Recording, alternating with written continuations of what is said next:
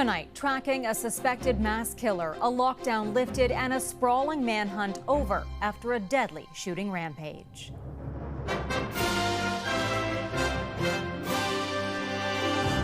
The search along a river. The Maine State Police have located the body of Robert Card in Lisbon. He is dead. And new details about the victims from a traumatized community. Everybody's scared. Israel expands operations on the ground in Gaza. We are conducting our sweep and clear activities. The fears for civilians and hostages and the growing humanitarian catastrophe. Any life lost is a tragedy. Plus, a highway collision leads to a spectacular light show. Just as we approached it, boom, all of it started going off again. When a traffic jam turns into a real blast.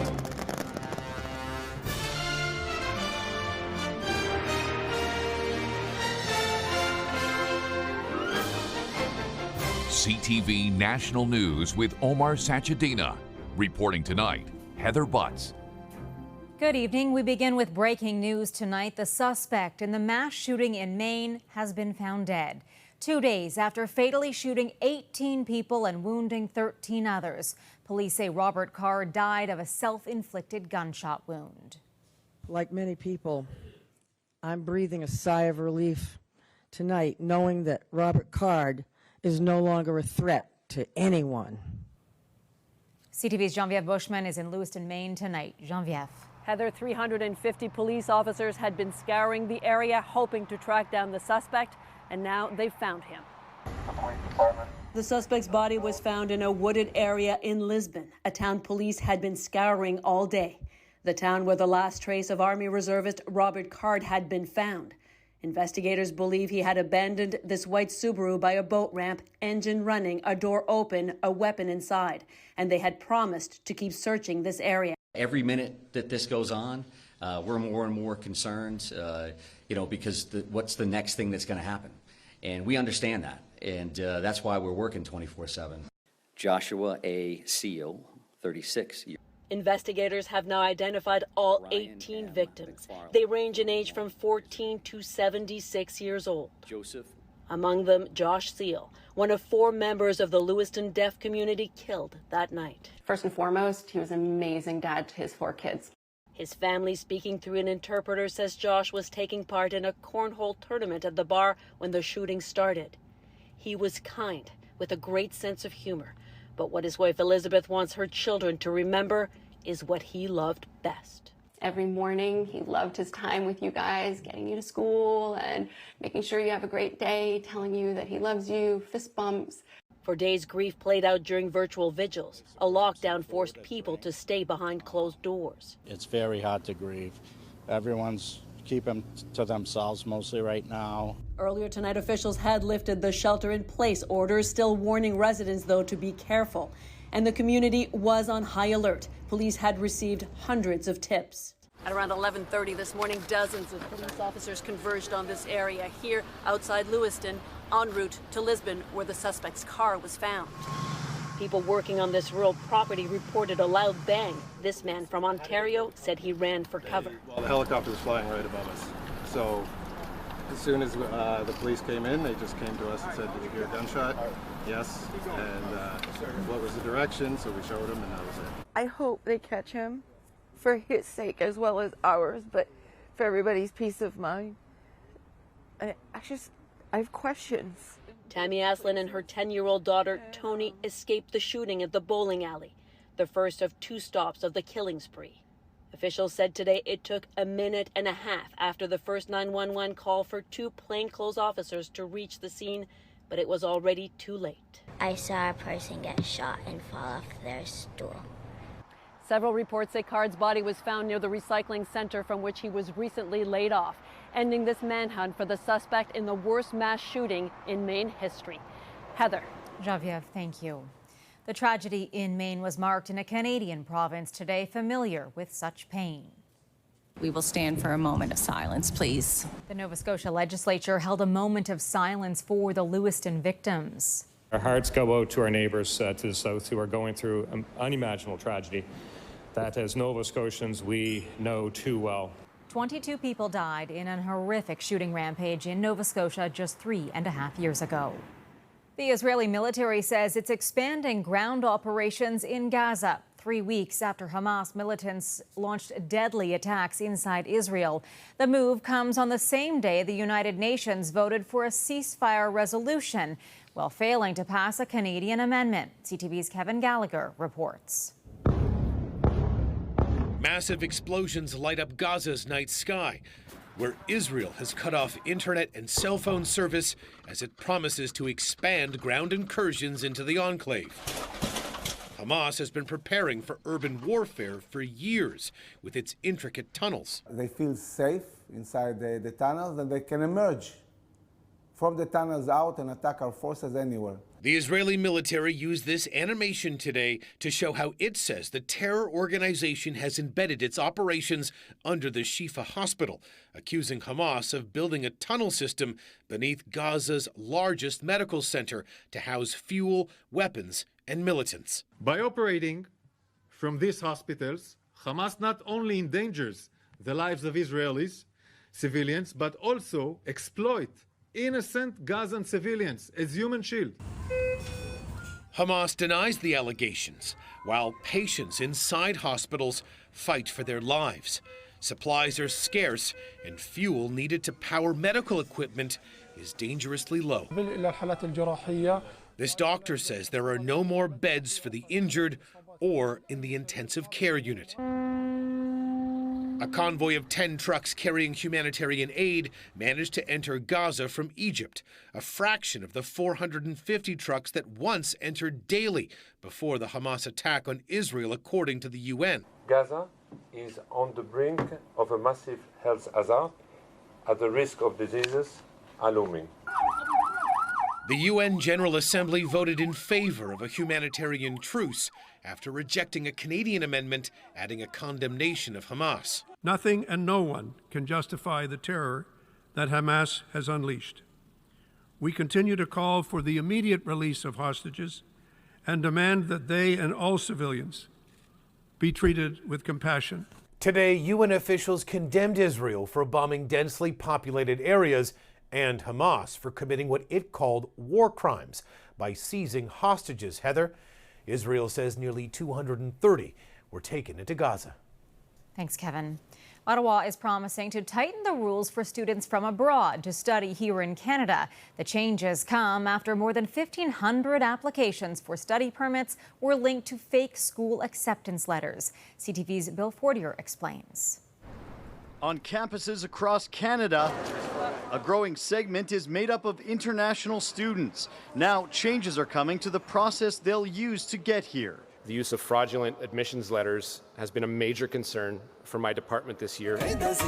Last spring, dozens camped out in Toronto to fight deportation after it was revealed that they were granted their study permits with fake acceptance letters from colleges and universities. They claim they were scammed by immigration agents back home. I give all the documents to the CBSE officer, I think so, or ISA officer, and he issue me the study permit. Ravinder Preet Singh found out his letter wasn't legitimate when he tried to start school at Ottawa's Algonquin College. On that time, I had a panic, and I said, what happened with my offer letter? A federal investigation reviewing individual cases has found so far more than half didn't know their letters were fakes. They come here with hopes and dreams, and they are essential to building this country. Ottawa now says immigration officials will confirm all acceptance letters with colleges and universities before study permits will be approved. I really think that it's a really positive step. Probably should have happened a long time ago. At the University of Alberta, students are glad to see action, but some fear Canada's reputation may already be tarnished. The risk that you might be duped, that you might end up being deported from Canada, I think that's a huge risk that many students will be considering. The immigration minister expects the ongoing investigation will find more of these cases. Some will be allowed to stay, but he hints others who were in on the scam could still be deported. Heather. All right, thanks, Bill. There are mixed reactions tonight to Ottawa's decision to suspend the carbon tax on home heating oil for some Canadians. It's meant to help households save money, but others are blasting the pause as bad environmental policy. Here's CTV's Creason Ajkate. The sudden pause on the carbon tax for heating oil is already being applauded by affordability advocates. We think this is a smart response to the current situation in Nova Scotia. Brian Gifford with Affordable Energy Coalition says low-income families have been making very tough decisions in Nova Scotia, with the high cost of living in housing, food, and fuel, with almost 40% of Nova Scotians still using oil to heat their homes. They end up having to decide whether to pay the rent or pay their oil bill or their electricity bill. Today, all 4 Atlantic premiers welcomed Ottawa's carbon tax retreat, saying it will give Atlantic Canadians a break during these difficult times. Is look at this policy in its entirety, because it is not working. It is a policy that is flawed. It is costing us more money to live and work. I never believed that the carbon tax was an appropriate tool for achieving the objectives. Conservative leader Pierre Poilievre repeated his attacks against the Liberals, calling the carbon tax pause and rebates Liberal vote buying. Justin Trudeau's not worried about the cost of living. He's worried about the cost of votes. And that's what caused his panicked flip-flop. Meanwhile, this environmentalist says the policy pullbacks puts a further delay on addressing climate change as Canada experiences more extreme weather events. Are disappointed that this has been pulled out of the carbon pricing system nationally. The carbon pricing does contribute to an important part of our climate policy and reducing our emissions. The Ecology Action Centre does, however, applaud the feds for increasing the maximum amount to help homes make the switch from oil to heat pump, translating to less fossil fuels being released into our atmosphere. Heather. All right, Creason, thanks. 3 days after Hurricane Otis slammed into the seaside community of Acapulco, Mexico, Canadians are returning from the disaster zone with harrowing stories of survival. Others are preparing to return with desperately needed supplies. Here's CTV's Sarah Plowman. Hurricane Otis was a monster, punching holes and peeling back buildings. Authorities say at least 27 are dead, 4 are missing. Alfredo Mendoza fears those numbers are higher. There's too many people that is in the areas where we cannot reach yet. Mendoza is from Acapulco but moved to Edmonton 5 years ago. His family survived, the restaurant did not. Collapsed communication lines aren't helping. Our business is completely destroyed. Our house is in terrible conditions. The street is also destroyed. There is a lot of damage. For some, destruction has turned to desperation. Looters target stores as many scavenge for food and water. Also emerging are stories of survival, like Bruno Lalonde from Sudbury, Ontario. As Otis arrived, hotel lights shook, the roof partly ripped away. He gripped a door to stop it from blowing off. We thought we were gone. I started thinking about my family, my wife, my kids. Nicholas Temos was there for a conference. When the storm settled, he fled to Mexico City and home to Victoria. There was no infrastructure left. There was no power poles, and you can imagine having from scratch to rebuild an entire, grid in a city. Mendoza, meanwhile, is fundraising to go to Acapulco with supplies. There's a lot of people who need to be helped, and there's not enough people that is helping. There's no official word on the cost of the disaster, but there are reports. It could be close to $15 billion. Sarah Plowman, CTV News, Fredericton. Coming up, a morbid new scam. It has stalled my process in grieving because it was such a traumatic event as it is. A family's shock and grief as their daughter's obituary is pirated.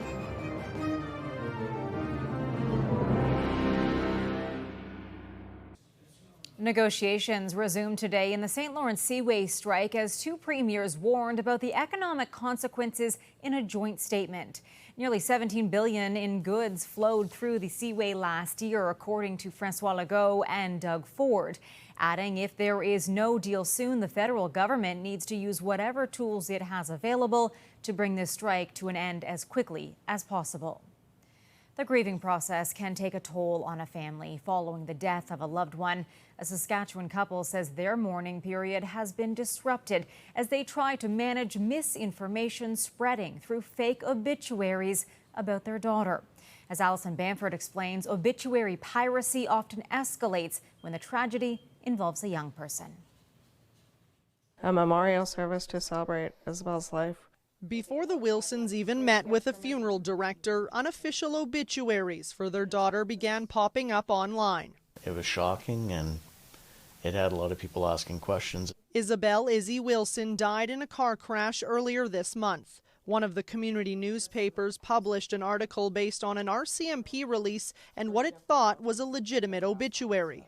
And it said that her funeral is October 13th, and we hadn't talked to the funeral home. We were just going on October 12th to just even start planning anything.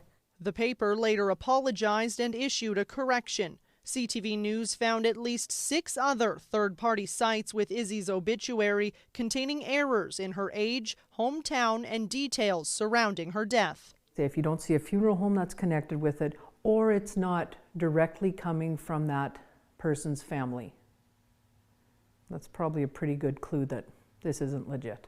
The Canadian Anti-Fraud Centre has received 7 reports related to fraudulent obituaries this year, not necessarily an increase from past years. Funeral marketing executive Robin Heppel says obituaries bring in high volumes of traffic to websites, which is why they're pirated and used to generate revenue. The third-party sites often include ads or links, scamming people into thinking they are purchasing flowers or other mementos for grieving families. In reality, they're buying into the scam.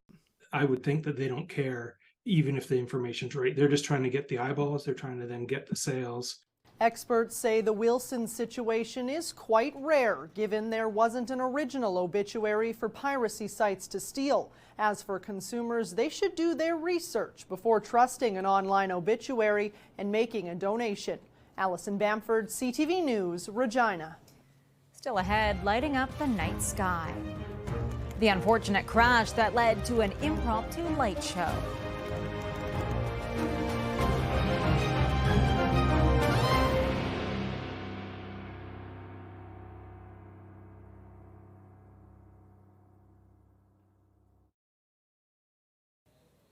Anyone watching the night sky near Hope, BC last night had the chance to see an incredible fireworks show. It all began when a semi-truck collided with a pickup. The spectacular display caught on camera, as we hear from CTV's Michelle Brunoro.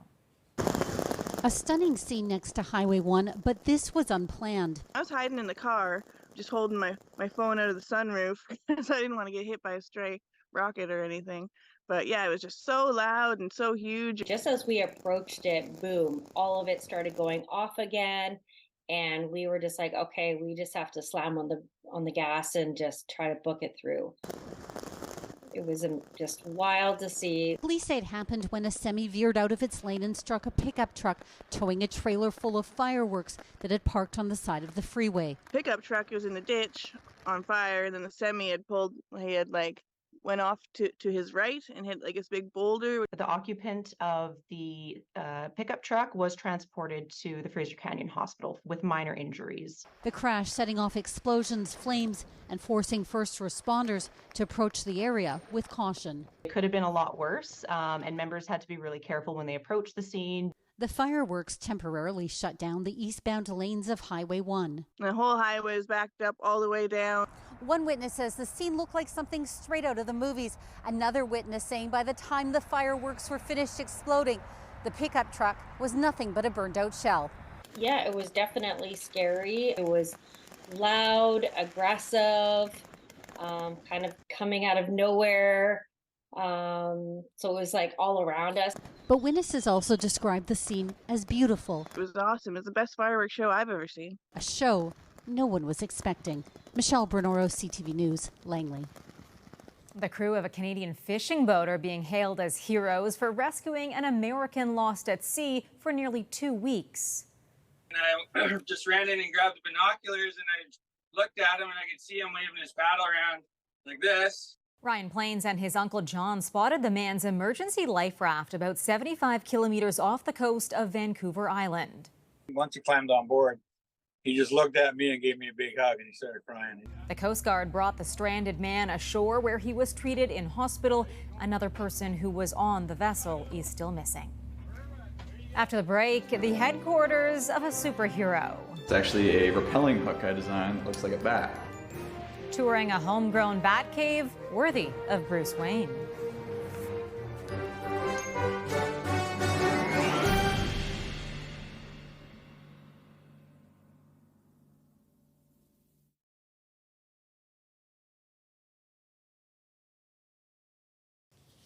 We leave you tonight with the latest masterpiece from a group of engineering wizards in southern Ontario.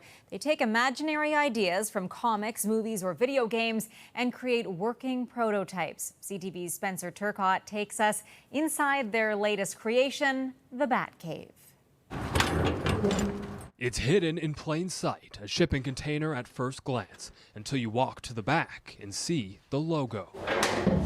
Behind this wall lies another realm, with the rev of a generator and flick of a switch.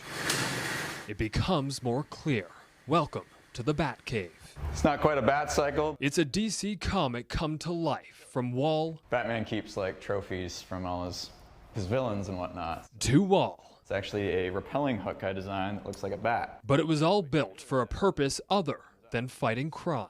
Warner Brothers approached us a few months ago asking about making a video for World Batman Day on September 16th. We decided to pitch them building a Batcave. A tall task for such a short period of time. We actually built this whole thing in about 8 weeks flat. It was almost all hands-on. And while it was made without a Bruce Wayne-like budget, it still cost James Hobson and Hacksmith Industries $60,000. I don't think I've gotten the real-life Bruce Wayne comparison yet. I'm not a billionaire yet, unfortunately, barely a millionaire. But I have definitely gotten the real-life Tony Stark quite a few times. That comparison may not be an exaggeration. The engineering wizard has made everything from an Iron Man repulsor to a Star Wars lightsaber. When it comes to their latest creation, they've extended it beyond the Batcave walls. Nice little exit to Gotham. Not only a glimpse into the superhero's working quarters, but his entire world. And as the Batcave powers down, light by light, it feels even more like it was created by the real Dark Knight. The plan is to eventually open the Batcave up as more of a space for tours and events, but for now, it remains Batman's best-kept secret. Spencer Turcotte, CTV News, Cambridge. And quite the hangout spot. That is our newscast for this Friday. I'm Heather Butts. For Omar and all of us at CTV National News, thank you for watching. Sandy will be here tomorrow. Good night and have a great weekend.